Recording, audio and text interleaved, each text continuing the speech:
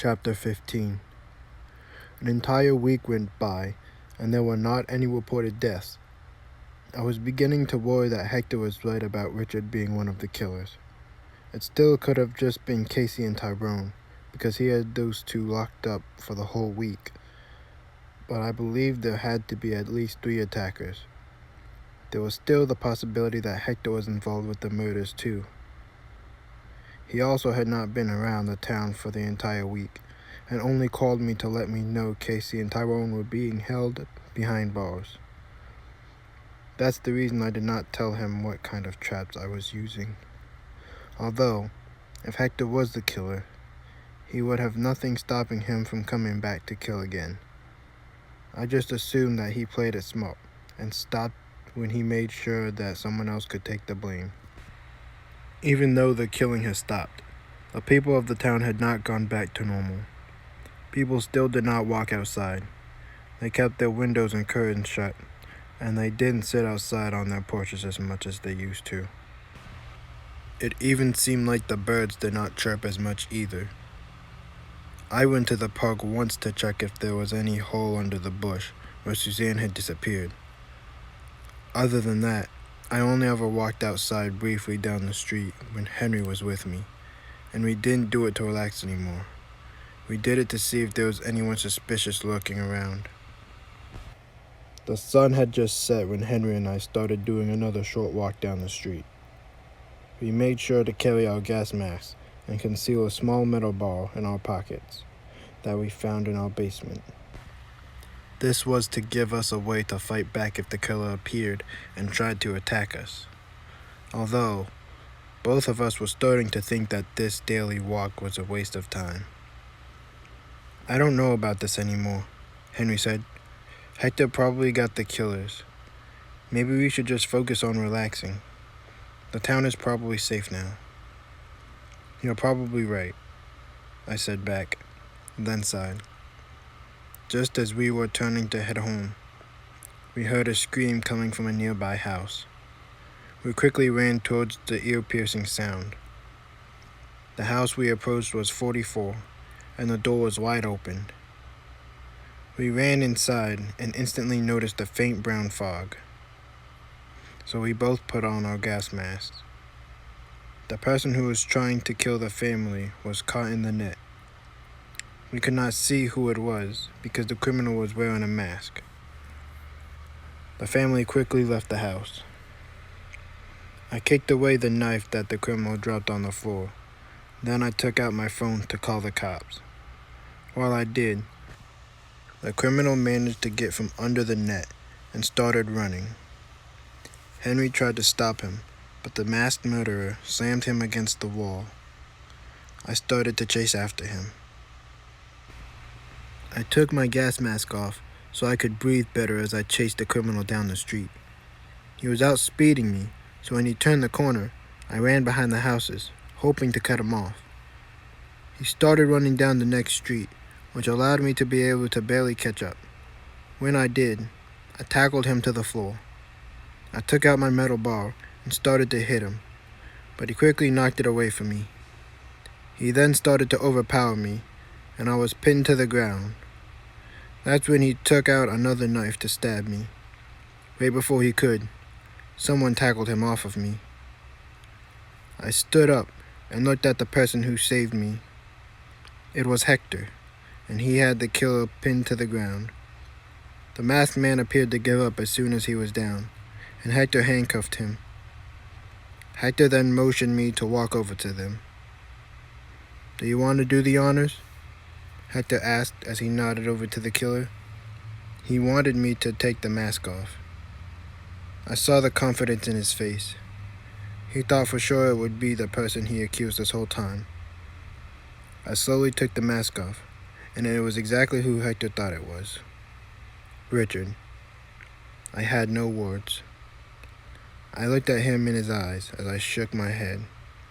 The cops finally arrived. Hector handed Richard over to the cops, then looked to me as the cops left. "I'm sorry things turned out this way," he said as he patted me on the back.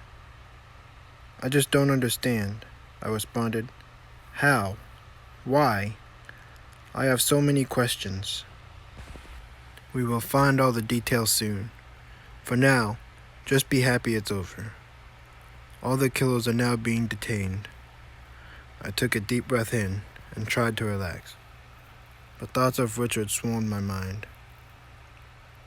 Can you take me to him so I can speak with him? Hector shook his head. Maybe tomorrow.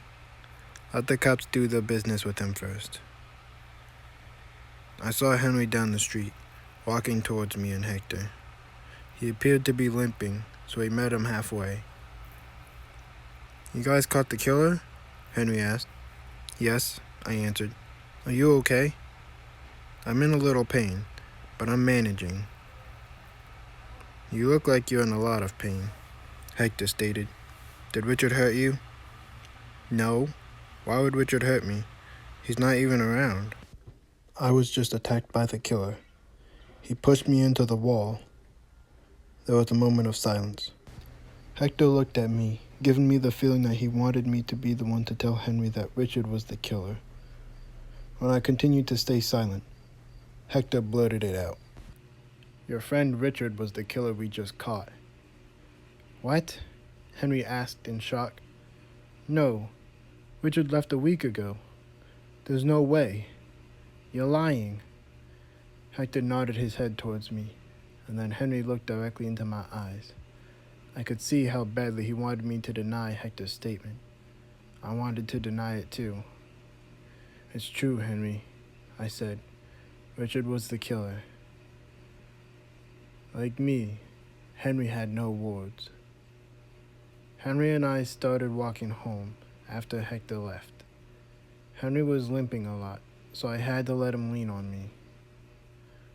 I guess I should have checked on you before I ran off. You did the right thing. We needed to catch the killer, to save everyone. Now the town can become peaceful once again. I know, but I would prefer to do that without another person getting hurt. I'm okay. After Henry said that, he fell on the floor from the pain in his leg. I quickly helped him stand up again. I think we should get you to the hospital. Your leg might be broken. I guess you're right. I wouldn't want to injure myself even more. Once we got to the house, Henry and I got our mom to drive us to the hospital. She had mixed emotions after hearing what happened. She was proud of us and obviously was worried about Henry's injury, but she was also angry with me and Henry for getting ourselves into the situation. She tried her best to hide her negative emotions and focused on making sure Henry was feeling better. When we got to the hospital, Henry told the nurses what happened, and they took him into a room to be examined. My mom and I were in the waiting room for nearly 3 hours before we were allowed to go into the room with Henry. How are you feeling, sweetie? Our mom asked Henry. I'm in a little pain, Henry said, but I'm okay. The doctor said that I have a sprained ankle, but I probably need to stay the night. How come?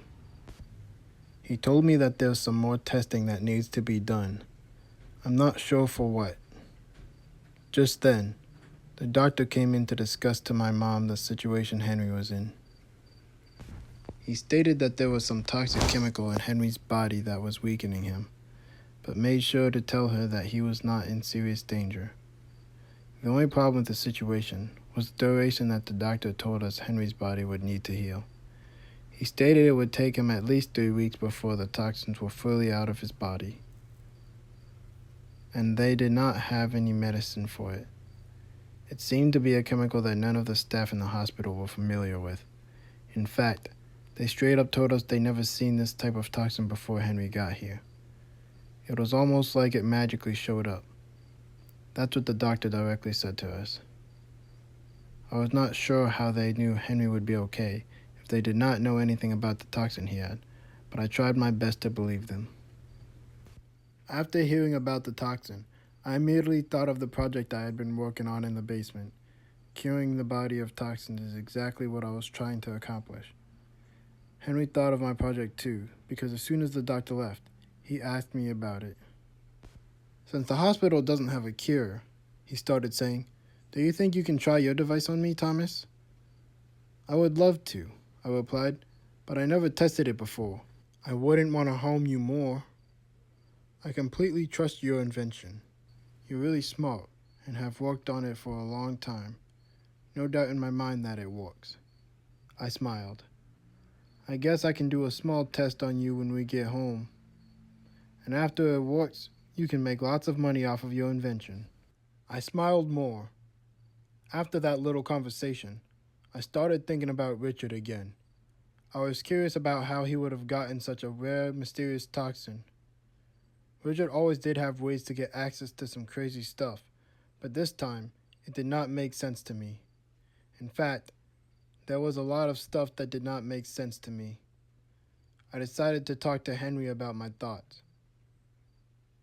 I just can't believe Richard really was one of the people who were killing everyone, I stated. Neither can I, Henry replied. Do you think he's been tricking us this whole time? No. Something must have happened to him that made him change.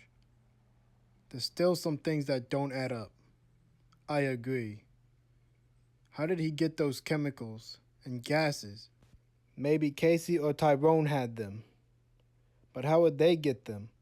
And how did he make the people he killed decay so fast?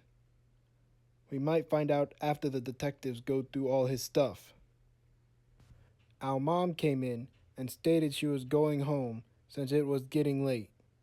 I told her I would come with her in a moment. After she left, I continued my conversation with Henry. Do you think I should go talk to him tomorrow to find out what happened? I asked. You can try, Henry replied, but I don't know if he will answer any of your questions. Just be careful. He can't do anything. He's behind bars. I chuckled. I guess that's true, but I'm getting tired. I'm gonna try to get some sleep. Good night, Thomas. Good night, Henry. After Henry closed his eyes to rest, I went home with our mom.